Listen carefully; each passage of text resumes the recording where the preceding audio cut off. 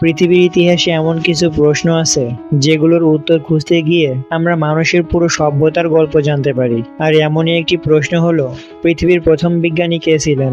আজ আমরা যে পৃথিবীতে বাস করি সেখানে বিজ্ঞান আমাদের জীবনকে সম্পূর্ণ বদলে দিয়েছে। আমরা আকাশে উড়ি, সমুদ্রের গভীরে যাই, মহাকাশে রোবট পাঠাই, এমনকি মানুষের শরীরের ভেতরের ক্ষুদ্রতম অংশ দেখতে পারি যন্ত্রের মাধ্যমে। কিন্তু এক সময় মানুষ জানতো না সূর্য কেন ওঠে, বৃষ্টি কোথা থেকে আসে, রোগ কেন হয়। প্রাচীন মানুষ প্রকৃতিকে অনেক ভয় পেত।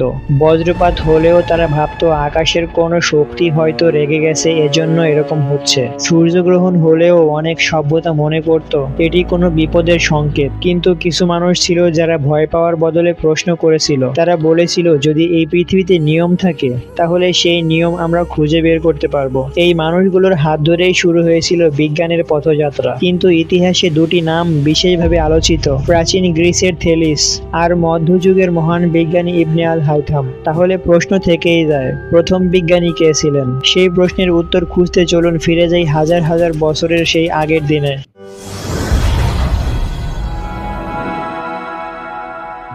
আজ আমরা কোনো ঘটনা ঘটলে তার কারণ খুঁজে বের করতে পারি খুব সহজে। আমাদের কাছে উন্নত প্রযুক্তি রয়েছে, কিন্তু প্রাচীন যুগে মানুষের কাছে এই সুযোগ ছিল না। তাদের কাছে আধুনিক যন্ত্র ছিল না, তাদের কাছে ছিল শুধু চোখ, মস্তিষ্ক আর কৌতূহল ভরা মন। মানুষ লক্ষ্য করলো, প্রতিদিন সূর্য পূর্ব দিক থেকে উঠে পশ্চিমে অস্ত যায়, রাতে চাঁদের আকার পরিবর্তন হয়, তারাগুলো একটি নির্দিষ্ট পথে চলে, বছরের নির্দিষ্ট সময়ে ঠান্ডা আসে আবার গরম আসে। এসব দেখে মানুষের মনে প্রশ্ন জন্মালো, এগুলো কি শুধু অলৌকিক ঘটনা, নাকি এর পেছনে কোনো নিয়ম আছে? প্রায় 2600 বছর আগে প্রাচীন গ্রিসের মিলেটাস নামের একটি শহরে জন্মগ্রহণ করেছিলেন থেলিস। তার সময় পৃথিবী ছিল সম্পূর্ণ ভিন্ন আমাদের থেকে। আজকের মতো তখন এত বিশ্ববিদ্যালয়, এত প্রযুক্তি ব্যবস্থা কিছুই ছিল না। যারা জ্ঞান নিয়ে চিন্তা করতেন তাদের বলা হতো দার্শনিক। কিন্তু থেলিসের চিন্তা ছিল অন্যরকম। তিনি মনে করতেন প্রকৃতিকে বুঝতে হলে মানুষের নিজের বুদ্ধি ব্যবহার করতে হবে। তার আগে মানুষ অনেক ঘটনা দেবতা বা অতি প্রাকৃত শক্তির সঙ্গে যুক্ত করত, কিন্তু থেলিস বললেন প্রকৃতির ঘটনা প্রকৃতির নিয়ম দিয়েই ব্যাখ্যা করা সম্ভব। এটাই ছিল তার জীবনের সবচেয়ে বড় প্রাপ্তি। তিনি প্রশ্ন করলেন, পৃথিবী কি দিয়ে তৈরি, মহাবিশ্বের শুরু কিভাবে, কেন জিনিসের পরিবর্তন হয়। তার ধারণাকৃত অনেক কিছু আজ ভুল প্রমাণিত হয়েছে বটে, কিন্তু বিজ্ঞানের ক্ষেত্রে সবসময় প্রথম প্রশ্নটাই সবচেয়ে গুরুত্বপূর্ণ, কারণ প্রশ্ন না থাকলে আবিষ্কারও হয় না। থেলিস শুধু চিন্তাবিদ ছিলেন না, তিনি আকাশ পর্যবেক্ষণ করতেন। তিনি বুঝতে চেষ্টা করতেন সূর্য, চাঁদ এবং নক্ষত্রের চলার নিয়ম। প্রাচীন সূত্র অনুযায়ী বলা হয় তিনি একটি সূর্যগ্রহণের পূর্বাভাসও দিয়েছিলেন। এটি সত্যি ঘটেছিল কিনা তা ইতিহাসবিদদের মধ্যে সমালোচনা আছে, কিন্তু এই গল্পটি দেখায় সেই সময়ের মানুষও মহাকাশের নিয়ম বুঝতে চেষ্টা করছিল। থেলিসের সবচেয়ে বড় শিক্ষা ছিল,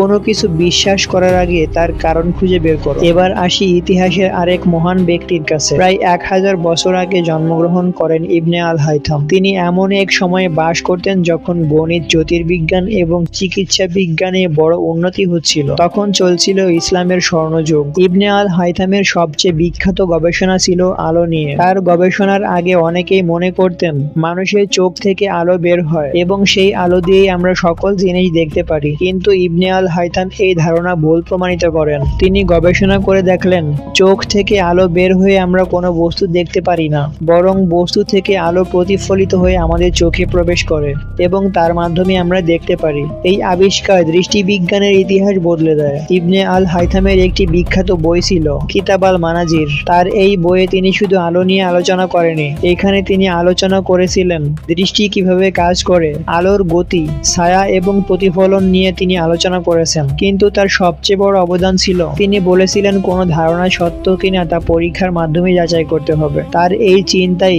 আধুনিক বৈজ্ঞানিক পদ্ধতির মূল ভিত্তিই বদলে দেয়। তাহলে কে জিতলেন, থেলিস নাকি ইবনে আল হাইথাম? আসলে বিষয়টা প্রতিযোগিতার মতো নয়, কারণ তারা বিজ্ঞানের দুই ভিন্ন স্তম্ভ। থেলিস ছিলেন সেই মানুষ যিনি মানুষকে শেখালেন প্রকৃতির উত্তর প্রকৃতির মধ্যেই খুঁজতে হবে, আর ইবনে আল হাইথাম শেখালেন শুধু চিন্তা করলে হবে না, পরীক্ষা করে প্রমাণ করতে হবে। একজন তৈরি তৈরি করেছিলেন বৈজ্ঞানিক চিন্তার শুরু, অন্যজন তৈরি করেছিলেন বৈজ্ঞানিক পদ্ধতির শক্ত ভিত্তি। আজকের পৃথিবী দাঁড়িয়ে আছে হাজার হাজার বছরের জ্ঞান ও অনুসন্ধানের উপর। একজন মানুষ আকাশের দিকে তাকিয়ে প্রশ্ন করেছিলেন, আরেকজন আলো নিয়ে পরীক্ষা করেছিলেন। তাদের সেই ছোট ছোট প্রচেষ্টার কারণেই আজ আমরা এত উন্নত জাতি। হয়তো ইতিহাসের প্রথম বিজ্ঞানী নামটি নিয়ে বিতর্ক থাকবে, কিন্তু আসল সত্য হলো বিজ্ঞানের প্রথম সৈনিক ছিলেন সেই মানুষ যিনি প্রথমবার প্রশ্ন করেছিলেন।